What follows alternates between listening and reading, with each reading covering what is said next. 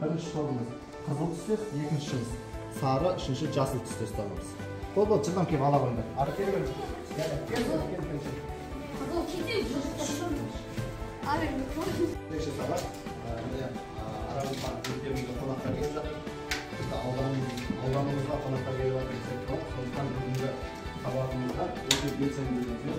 Özür Allah oğuzlu koyula olmuş ekibimizde Koçuk'ta casına terbiyesizlerine oturabiliriz. Bugün sabahımızda kadar topla bölüm alır. 3-4 kadar kardeşim elbise attılar. Biz de yeni oyun ve sanat kırıspes varın.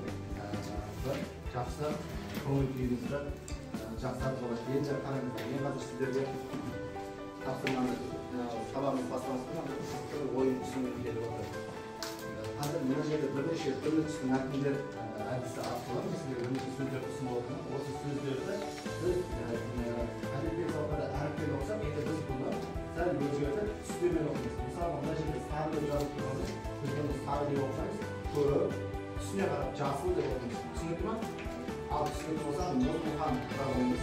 Нұрмұхан бастауымыз. Кім қара десе, отырып, келесі отырып бір адам оқиды. Ал Нұрмұхан болса? Жасыл, қара,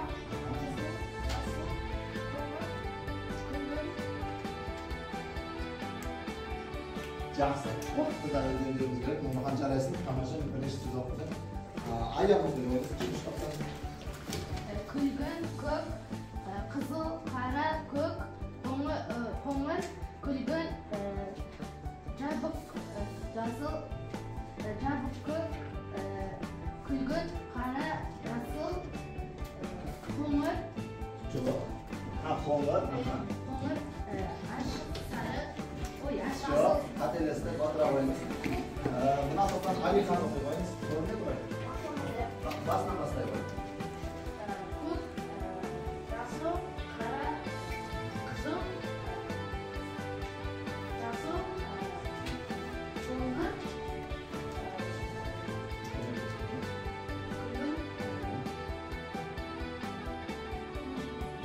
Жақсы, отырады. Құрметті оқушылар, біз бүгінгі сабағымызды бастамасы бұрын. Мәселен, мына белгі қандай жол белгісі болып табылады?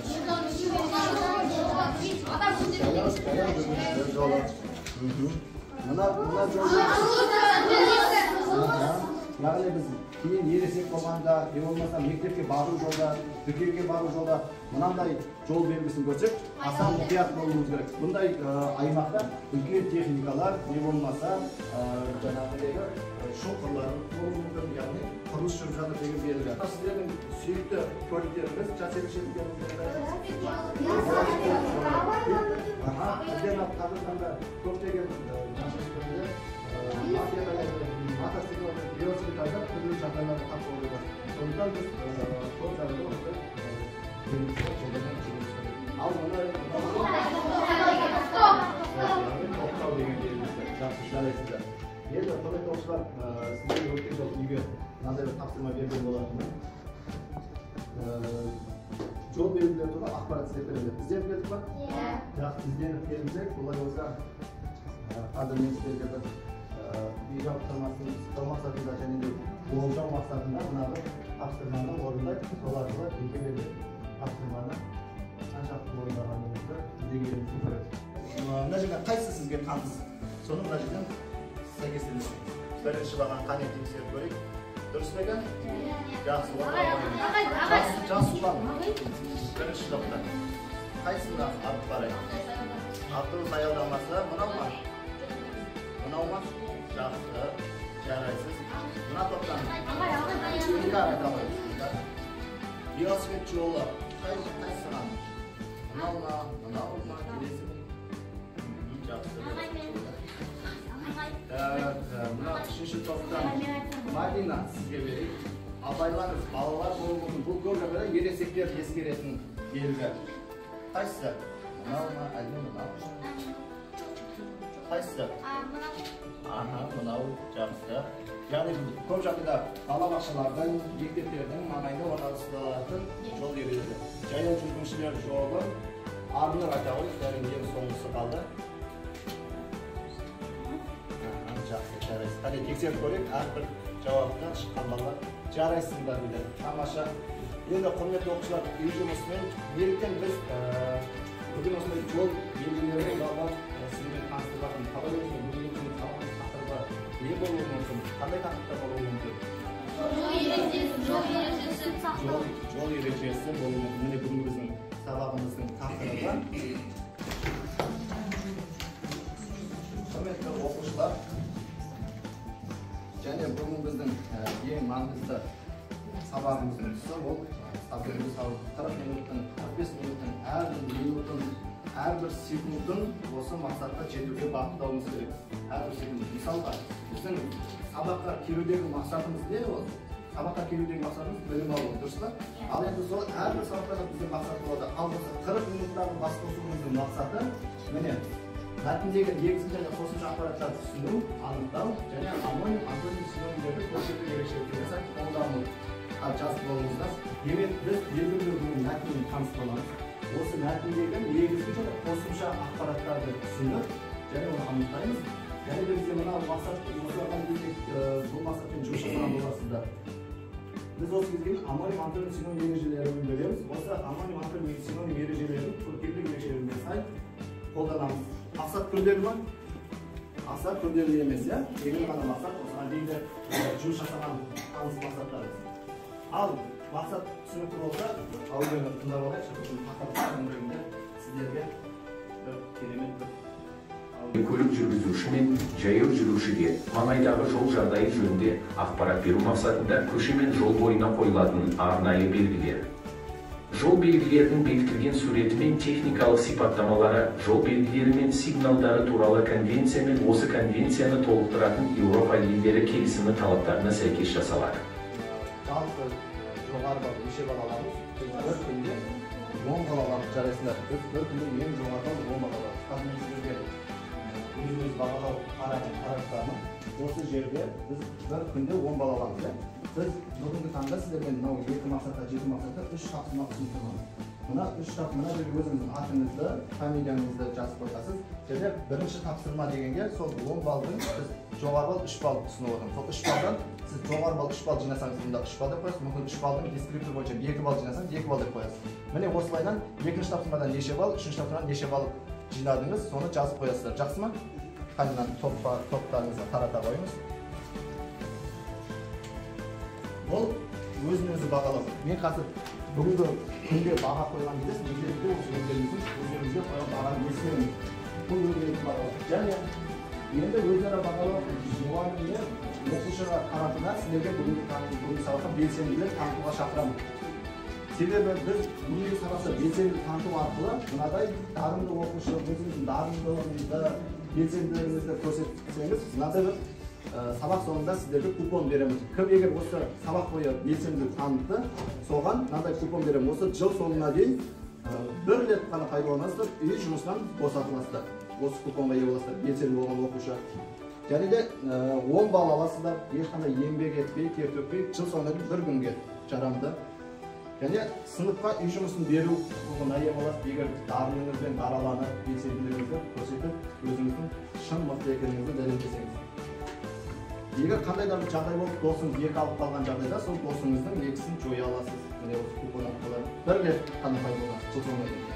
Міне осындай купондардан жолдама аласыздар. БЖБ-да мұғалімнің көмегі, үй тапсырмасын өз таңдау деген секілді дарынды оқушыларға осыны таратамыз. Жақсы, олай болса енді біз бірінші тапсырмаға кірсек, бірінші тапсырмамыз қазір жаңа тыңдалған мәтін бойынша сұрақтарға жауап беру арқылы біз не істейміз? Негізгі және қосымша ақпараттарды табамыз. Ол үшін бізге керек болады ұяшықтар әдісі арқылы әуелі дескрипторлармен таныстыру үшін арнайы тапсырма береміз. Біз бірінші тапсырмада сұрақтарға жауап береміз және тыңдалған мәтіннің негізгі ақпараттарды анықтаймыз және қосымша ақпараттарды анықтауымыз керек. Ал олай болса мен қазір және мен сіздерге мынаны 2 түрлі мақсатта пайдаланамын. Барлықтарыңыздан сабақ сұрау мақсатында мынау артында беттік номер берілген. Осы беттік номер арқылы да сабақ сұрап қаламыз. Сол үшін үндемей отырмай дайын болыңыздар. Дайынбыз ба бірінші тапсырмаға? Мәтінді мұқият тыңдап сұрақтарында ең негізгі жауаптарды табуымыз керек. Олай болса бірінші топтан маған Жантөре, Mына жерде ешқандай көмек қажет болмаса, 3 балл сұрақтарға жауап береміз. Яғни бірінші тапсырмада 3 балл аламыз. Ал егер де кішкене мәтін түсініксіз болса, өзіңізге кішкене көмек қажет болса, жеңіл сұрақтарды таңдауыңызға болады. Сізге таңдау еркін берілген. Ал өзіңіз таңдаңыз. Және бұл жерде бір алтын ящик жасырылады. Тегін ақ осы балды беруге болады. Бір ящикқа алтын сан. Екінші қатардың 2 баллы. Ал ашып көрейік. Жолда жүрудің жаңа ережелері қабылданған жыл. Жаңа мәтінде таныстық.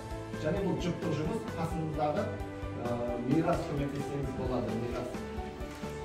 Жұп болып, ақылдаса отырып, қай жылда қабылданды екен? Жолда жүрудің жаңа ережелері. Егер бұл жауап бере алмады, басқа осы жылдың 24 жылында заңдардан жол ережелері қабылды. Оның біріншісі балалар жолы и тағы басқа жол ережелері бар болуы. Қане, есіміңіз кімді? Ай ауылын сұрақ айтыңызшы. Әуелі сұрақты толық қойыңыз. 1980 жылы. Сіздер сұрақты бір түсінген алдыңыздар ғой деймін, ә? Жақсы, жарайсың. Ай ауылынға 2 балды өзіңізге қосып қойыңыз, және тамаша деген кеп байланыс береміз. Жарайсың. Ал оқушы 3 балды сұрақтарды аяқтап тастаса, сонда біз 10 балға қол жеткізе алмай қаламыз. Қане жазуларымызды көрсетуімізді мерей аттыңға айтамыз шынында. Қай ашып қандаймыз? Өзім ашып, сұрақтарға жауып, айтып бері айтамыз. Міне, кім десін, іңкардан тегіннен 2 балл үйіріп берген алтын санды жарайсыз, тамаша жолыңыз болушы. Арнұр, адам төс белгілерімізді жаппаймыз. Мен сол арқылы сіздер бүгін бірінші болып тұрғансам, аты жөндерін сұраңдар болады. Арнұр келе қойды. Егер көмек қажет болмаса, шамаңыз жетіп тұрса, 3 балл таңдайсыз. Ал ашады. Қазақстанда қай жылы КСРО-да қабылданған жолда жүру ережелері қабылданды?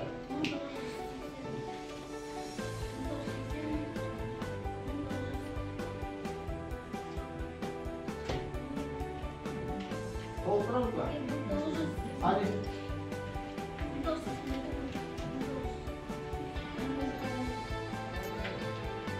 Жақсы, айызына келе қойды.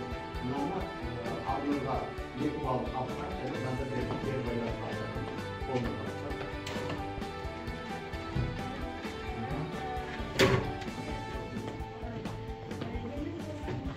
Жарайсың, отыра қойыңыз. Міне осылай бір-біріңізге пікір айтуға, кері байланып беруге тапсырмайды. Жирасын жаңа шықтыңыз, бірінші топтан енді қыздардан сұрашы, қыздардан. Айша Бейбі. Айша Бейбі келе қойыңыз. Қай қандайсың? 3 балдық. Мен соған алып қосарыңыз бар ма? Қандай да бар? Қандай жол ережесін қосар едіңіз?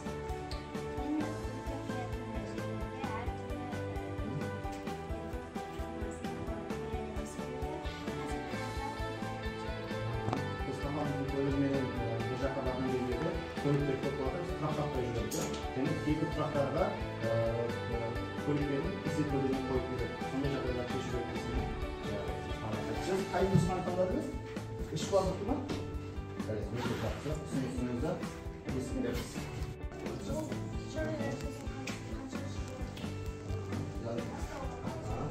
Тарихы, жол ережелерінің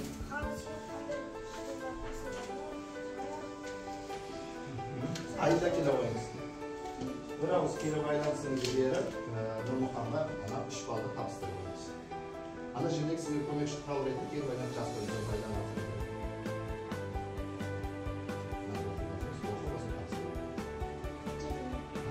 Яғни, Нұрмұхан айтырған дұрыс па? Яғни, біз тек тәуелсіздік жылдардағы жол ережелеріміз, тәуелсіздікке қол жеткізбей тұрғаннан бастап, жол ережелерінің тарихын, қай жылдан бастап қолданысқа енгенін атап айтып берді. Жақсы.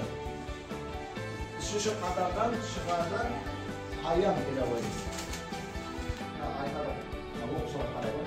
Мәтінде негізгі ақпараттар ол тарихы, қанша түрі бар екені, қандай ақпараттарды аңғарыңыздар, тыңдалымдарыңыздар. Жол ережелері КСРО-да ең бірінші шыққан кезде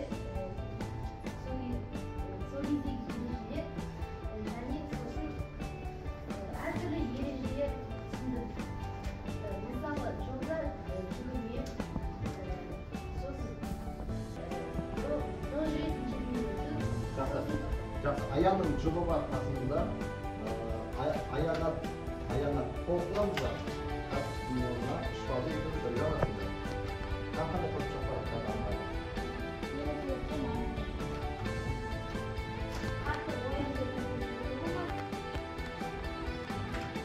жақсы айна. Мен мемлекет үш балды барып, өзінің өзара өзін-өз бағалау парағына белгілеп қойса болады. Ол тақыманы үш балға қол жеткізеді. Енді бізде бір балдық сұрақтар қалды. Басынан шықты. Неше топқа бөлінеді екен? Әне жеңіл ғанасы.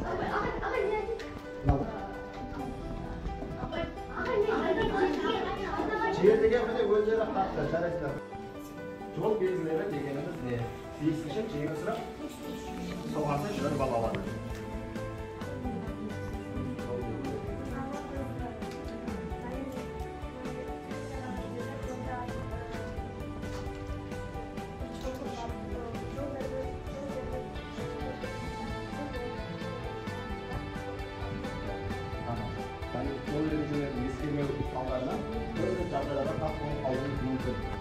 Енді соңғы үшінші топтан шықсын, келе қойыңыз, сіз топтың аяғын. Бізде ана бірінші тапсырманы бір балық түйені ең астыңғы. Көшеде, өтерде қай бағытқа қарау керек? Әуелі көшеге біз қадам басар алдында пешеходтар, жаяу жүргіншілер жолдан. Әуелі қай бағытқа қарау үшін? Оң бағыт, сол бағыт. Әуелі сол себебінде әуелі мына сол жақтан көлік келуі мүмкін. Жолдың жағы тең жасы қарайында оң жаққа қарап, әмен қарай қапасын жалғыз. Және жақсы бір балық аяғымыз. Құрметті оқушылар, енді қазір өздеріңізге әр оқушы, әр жұп мына 3 балға қол жеткізсеңіз 3 балыңызды, 2 балға қол жеткізсеңіз 2 балды, 1 балға қол жеткізсеңіз 1 балыңызды жазып алыңыз. Жақсы ма? Біз әрмен қарай кеттік. Енді бізде екінші тапсырмамыз, мынандай QR кодты сканерлеу арқылы бұл топтық жұмыс. Топтық жұмыс әр топқа әр топқа мынандай QR-лар таратайын. Осыны сканерлеу арқылы қазір бізде тапсырмалар шығады. Және бұның кері байланысы болсын, міне смартфон болса өзі сіздерге кері байланысы ұсынады. Қараңыздар. Bir saat nazar kavramında sizge жаңа ескерген болса сабақ мақсатында антоним, амоним, синоним ережелерді жүйелі қолдануымыз керек болған. Қазір белгілі бір мысалдар шығып, сол мысалдардың ішінен антонимдерді табамыз, амонимдерді табамыз, синонимдерді табамыз. Жақсы ма?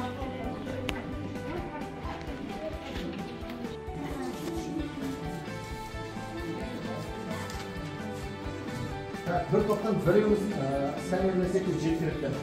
Bir toптан сәлемдесек.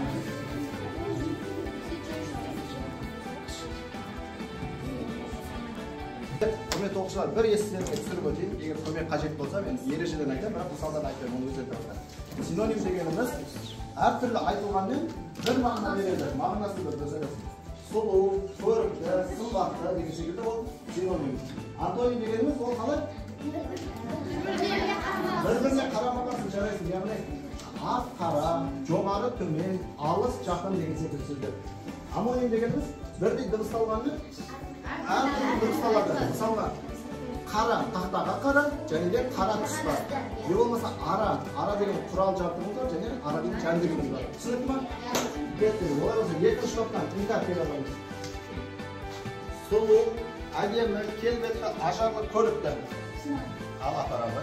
Hani böyle soruyorsan sonunda kesiliriz. Çok bu korkmuşsunuz. Geri bak sen. Ana bu istiyoruz kat ballar. Haşmen taşı. Kara bir oyun koymuşu, gelmemişi. Ha maşa, jarayıslar yıkmış top. Al koya koy. Aha, karangızlar. Bizde şapalat jürdeyle aparatmışsınız. Madina, üçüncü top sizler bu jürde bize de hakimden жұмыс жасап. Антоним деген шапалат деген жүрмейтін, ал жürdeyle жылдам жүреді. Және тамаша дұрыс ойлаңыздар. Бізде қазір біз мынадай тақырыпқа тыңдалғанымыз тақырыптан алып кеткенбіз. Жол белгілеріміз өзінің қандай маңызы бар. Біз бағана мәтін өзара талқылап, сұрақтарға жауап беру барысында пікірімізді білдіріп. Егер де біз жол белгілерін білмеген жағдайда қандай жағдайда тап болуымыз мүмкін? Мирас?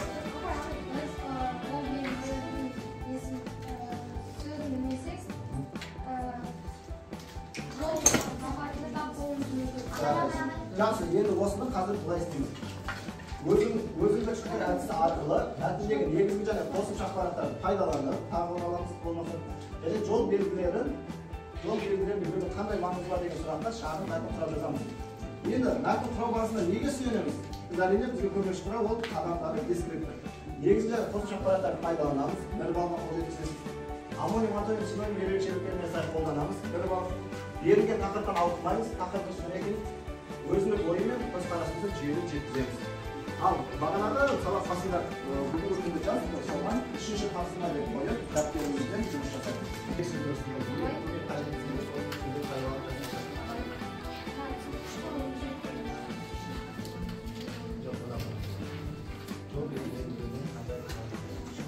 Ал уақыт кетті, уақытшыда тиімді пайдалануымыз керек. Қандай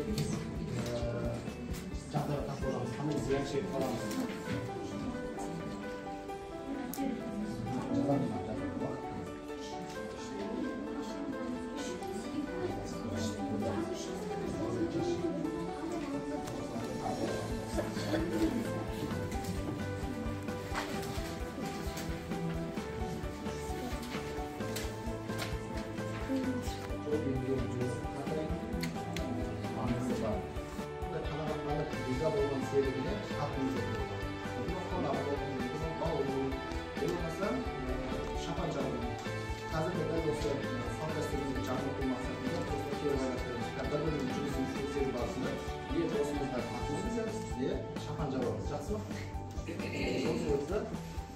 Көңілден шығатындай деңгейде орындаңыздар.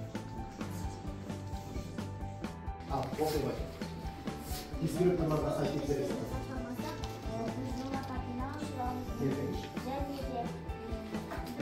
Жұмыс жүріп жатқан жерлерге бармауымыз қажет. Үлкендердің білетінсіз жолда пешеход жоқ, жолдан өтуге болмайды. Так, енді сізге сұрақ әуелі сіз рефлексия жасаңызшы. Осы өзіңіздің жасаған жұмысыңызда амоним антоним синоним ережелер бар ма? Амоним антоним ережелерін немесе сөйлестірмелерін негізгі телефон пайдаланыңыз.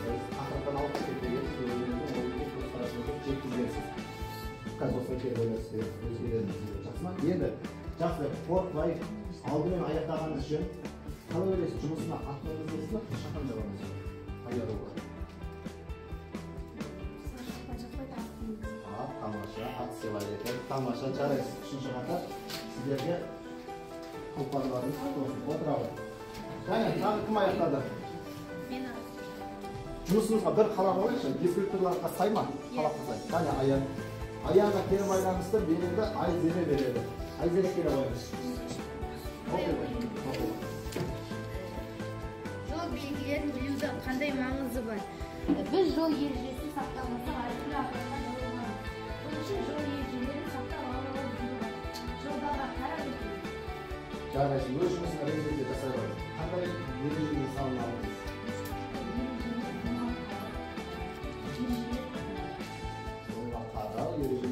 Жарайсыз, қай ережені?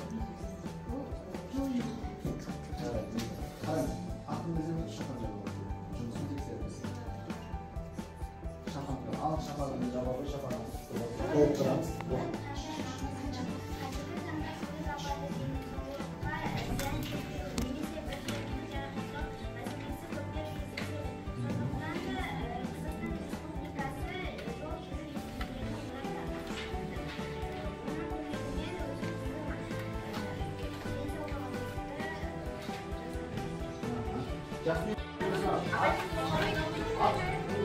Şapan jabı болады.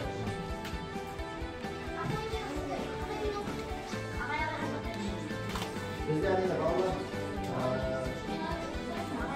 әрқайсыларыңыз өз жұмыстарыңызды бір ауыз тексеріп, дискрипторлар бойынша өзіңізге бал қойыңыз. Мен де бір аралап шығамын. Әрмен қарайда біз табағымызда әлі қорытындылауымыз керек. Қане? Не жазды? Ортаңыз қатарына кім оқиды? Бір оқушы оқиды. ортаға қатарда іңкәр оқуға көлемде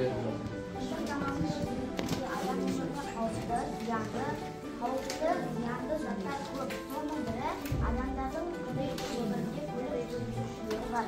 Көлік шыққаннан бері әртүрлі жол белгілері пайда бола бастады. Олар адам өмірін қауіп-қатерден сақтану үшін пайда болды. Адамдар жол белгілерін ұстануға тиіс. Тыйым салу белгілері және де жол белгілері бар. Адамдар үшін бұл жол белгілері маңызды. Іңкәр, сізге өзім кері байланысты берейікші. Бүгінгі сабағында қамшылықтарымыздан қызыл ерекшелеріміз перспектива бойынша перспективада қамшылған екен. Сіздің қамшылығын түсінген olmuş. Тиімді болды деген ойдамын. Енді сабағымызды кері байланыс және рефлекстерін кезек берейік. Сіздер қазір маған әр топтан, мына топтан Аида, мына топтан есіміңіз кім еді? Абзал, мына топтан Жасұлан. Бағалау парақтарын жинап берейікші. Атыңызды жазып ұмытпайық. Қазір сол бойынша мен бағалаймын. Енді бүгінгі сабақта әуелі мен сіздерге кері байланыс беріп алайын. Осы оқушыларға мынадай купондар таратып жүрміз. Айша дейді, аты аталған оқушылар өзін танымыз. Тарих болды, Жантөре болды. Мына топтан кім болды? Іңкәр болды, аты аталғандар. Қойдай, алабай. Жинаманы мен бақтамыз. Аян алабай, Сапуға берейік. Және құрметті оқушылар, сіздер енді маған кері байланыстарыңыз керек. Ол, мына телефон әдісі арқылы бүгінгі сабаққа қалай әсер алдым, не болды, не қызықты болды. Осы сұрақтарға жауап береміз. Қысқа нұсқап бір сөйлемменен жаза қойыңыз. Қадалаған жауабын жазасын. Мәтіндегі негізгі қосымша ақпараттарды анықтап, түсіндім және де амон атын синоним ережелерін көркемдік ерекшелікті сақтауға. Қалай ойлайсың, мақсатқа жеттің ба? Мына мен ұсынған үш тапсырма арқылы, мына дискретор арқылы мақсатқа жете алдың ба? Сабақ қандай болды? Қызықты ма? Жарайсыз, отырамын. Мына топтан кері байланысты маған береді. Кім береді? Алихан, қане тұра қой. Тапсырмаға шақ күзел болды ма? Қызықты болды ма? Мына ұсынған сабақ мақсатқа жеттің ба? Үшінші қатардан Аида, сіз қысқа нұсқа жауап бере алыңыз, уақытыңызды талмай. Дескрипторлар түсінікті болды ма саған? Тапсырма анық түсінікті болды ма? Қызықты болды ма? Мына мақсатқа жеттің ба? Енді айтып қойшы, мына 10 балдан сен неше балға жаздың маған өткізген бағалау парағында? Неше балға қол жеттіңдің? Аида, мен сізді Аида мына жерде 7 бал алды деп жазып көрдім. Құрметті оқушылар, сабақты қорытындылай келіп, сіздер әркез жол ережелерін қатаң түрде сақтаңыздар. Себебі сіздің өміріңіз өзіңізге де ата-анаңызға да ауыр айтылмайды. Мүмкін сіздің ата-анаңыз сондай қайтарымы сондай мықты шығар. Бірақ ол ата-анаңыздың ең әлсіз мына сіздер біз үшін аса қымбатсыздар. Сондықтан әркез дүкенге, мектепке дейінгі жолда жол ережелерін қатаң сақтауға шақырамыз. Жақсы ма? Олай болса, мына 40 минутымыз аяқталды. Сіздермен 40 минут, 45 минут сіздермен бірге болғаныма мен өте қуаныштымын. Аман сау болыңыздар. Келесі